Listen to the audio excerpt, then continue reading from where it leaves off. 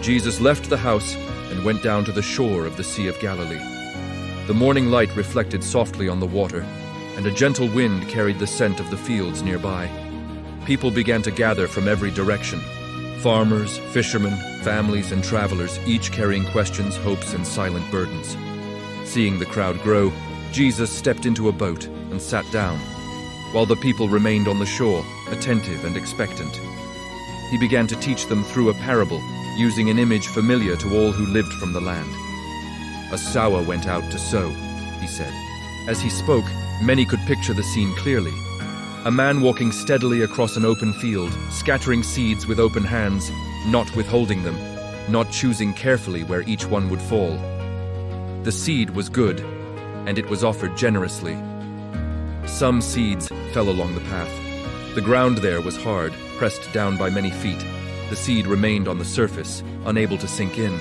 Before it could take root, birds descended swiftly and carried it away. Life had no chance to begin there. Other seeds fell on rocky ground, where the soil was shallow. These seeds sprouted quickly, and for a moment they looked strong and full of promise. But when the sun rose higher and the heat intensified, the plants withered. Because their roots could not go deep, they could not endure the pressure. What began with enthusiasm ended in dryness. Still other seeds fell among thorns. The soil allowed them to grow, but the thorns grew as well, stronger, faster, and more demanding. Over time, they crowded the young plants, stealing light and nutrients until the growing grain was choked. The seed lived, but it never fulfilled its purpose. Finally, some seeds fell on good soil. This land was soft, deep, and ready. The seed sank in, took root, and grew steadily. When the season came, it produced an abundant harvest, 30, 60, and even 100 times what was sown. Jesus ended the parable with a quiet but powerful invitation. Whoever has ears, let them hear. Later, away from the crowd, his disciples asked him to explain the meaning. Jesus revealed that the seed was the word of God, and the soils represented the hearts of those who hear it. The message was the same for all, but the response differed. The hardened path symbolized those who hear the word but do not understand it. Their hearts are closed, distracted, or resistant, and the truth is taken away before it can bring change.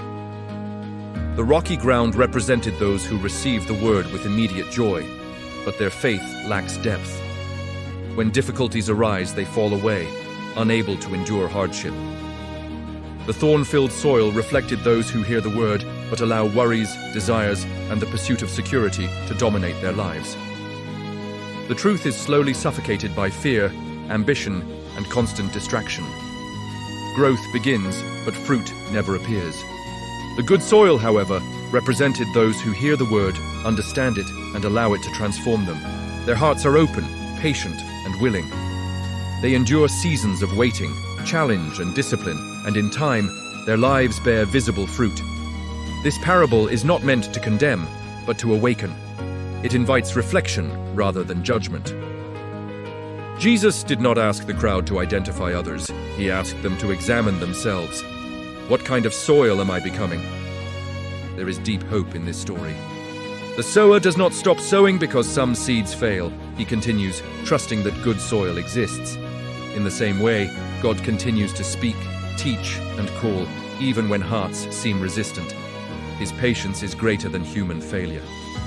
The parable also reminds us that transformation is often quiet. Seeds grow underground long before they are seen. Roots form in silence before fruit appears in public. Faith matures not through speed, but through perseverance.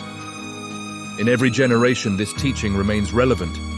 In a world filled with noise, hurry, and constant demands, listening deeply has become rare, yet the word is still being sown, reaching hearts willing to slow down, receive, and grow. Jesus showed that spiritual fruitfulness is not about perfection, but about readiness. A prepared heart does not mean a flawless life. It means a willing one. When the soil is good, growth is inevitable. This parable reveals a God who works patiently, faithfully, and generously. He trusts the process, honors perseverance, and delights in fruit that lasts. Even when growth seems slow, he is still at work beneath the surface. If this story spoke to your heart, follow the channel and leave a like. By doing so, you help spread seeds of faith that continue to grow and bear fruit in many lives.